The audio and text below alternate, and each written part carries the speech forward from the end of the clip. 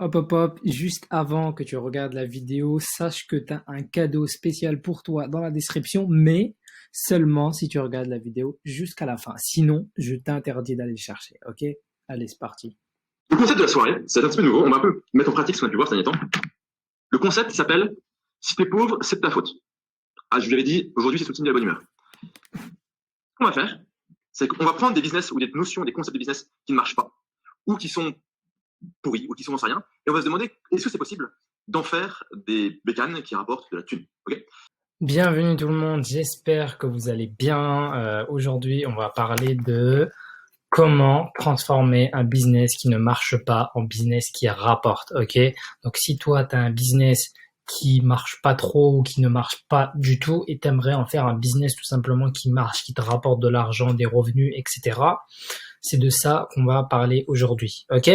Bon, moi je te dis, on passe à l'introduction avec Tugan Bara et on se retrouve à la fin.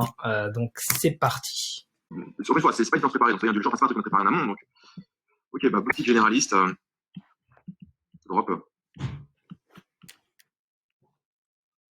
Je veux dire, enfin, honnêtement, c'est dans 5 minutes. Hein. Bon, vous faites ce truc-là en rentable, bah, vous arrêtez de faire ça. Vous prenez un produit, vous faites un texte de vente ultra agressif, vous vendez votre produit ici, vous prenez pas le formulaire de commande Shopify qui vous fait perdre, je dirais, 3 quarts de votre trafic tellement qu'il est long et ingérable. En bump, vous mettez un produit complémentaire ou une livraison express, ça veut rien dire. C'est comme vous avez fait ici un bon texte de vente, vous pouvez pricer là 3 fois plus cher. Et du coup, vous avez dropshippé depuis Amazon au lieu de dropshipper depuis AliExpress. Et du coup, vous aurez déjà beaucoup moins de problèmes de délai, d'attente, etc. Vous mettez un one-click upsell où vous mettez vos 3 produits best-seller avec une réduction. Vous reprenez des sous ici et le mec après, il est content. Voilà. La problématique d'une boutique de drop standardisée, c'est que fondamentalement, elle a un problème d'identité.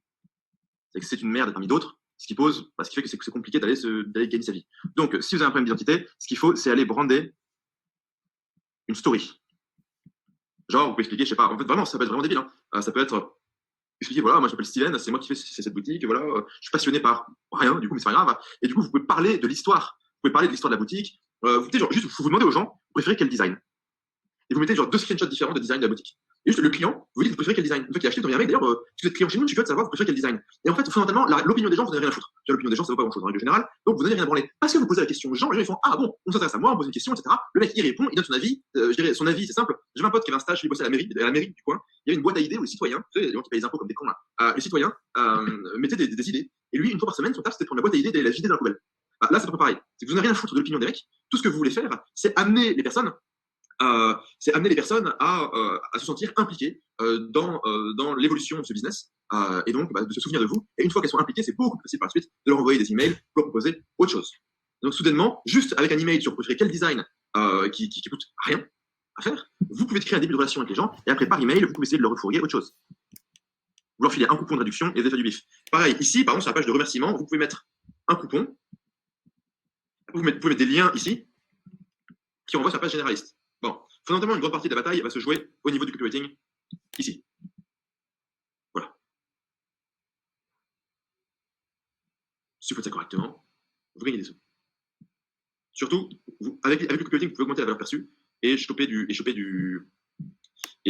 depuis Amazon pour éviter d'avoir les problèmes de Chinois qui sont malades et qui ne livrent pas les livres. C'est sur le copywriting qu'on gagne, mais c'est pas que sur le copywriting, c'est sur le copywriting, le bump, les upsells, ce qui fait que même si le copywriting est bof, si on arrive à rentrer dans la relation d'achat, on peut faire du bif. Rodolphe, il ne voit pas faire du copywriting sur ton fiche produit. Bah, ça tombe bien, tu vas pas le faire, tu en prends un. C'est pas chier. Fondamentalement, pour gagner de l'argent, vous avez besoin de ça, vous avez pas besoin de ça. Ça, ici, c'est juste l'arrière-boutique de votre business. Voilà. C'est plus une façade aussi. Et de l'argent, il se fait ici. Et d'ailleurs, si vous vous amusez un petit peu, il y a beaucoup de gens qui ont des Shopify. En fait, ils font leur argent sur le tunnel. Bien plus que sur le Shopify. Mais par contre, après, ils vont ramener leur trafic sur Shopify. Et le Shopify, ce qui est bien avec Shopify, c'est que c'est joli. Donc, ça peut faire une jolie vitrine pour votre site. Donc, le mec est sérieux, il a une vraie boutique, machin, etc. Ok, bah voilà, le Shopify version Zozo, bah vous faites comme ça, vous gagnez votre vie.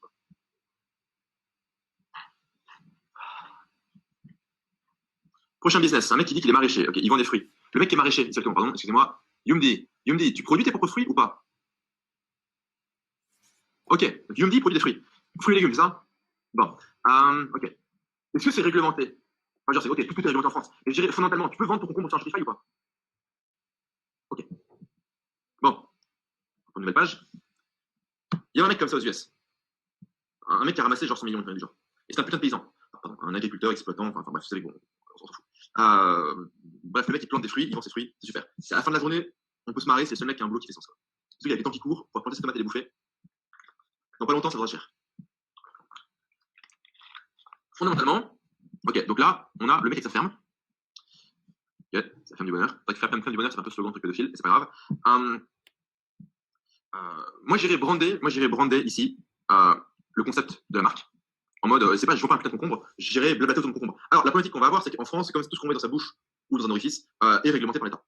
Bon, néanmoins, je pense qu'on peut trouver une marge de manœuvre pour les raconter l'histoire sur putain de concombre. Ce qui est se focus sur quelques fruits, pas faire 50 000 trucs, sur quelques fruits et légumes, dire, moi, je suis un mec qui fait que du concombre, putain de concombre, qu'est-ce qui est exceptionnel. Après, il y a un truc génial qui s'appelle Facebook Ads, et donc on va juste prendre un rayon de X kilomètres autour de chez toi, et tu vas targeter des mecs pour vendre du putain de concombre, ok? La livraison, tu prends un zozo au RSA que tu payes au black, qui va prendre sa chariote et se promener. On pourrait aussi imaginer de faire une application pour pouvoir mesurer. Salut à toi, j'espère que tu as apprécié l'introduction. Moi, j'ai vraiment aimé ce live, on apprend vraiment plein de choses.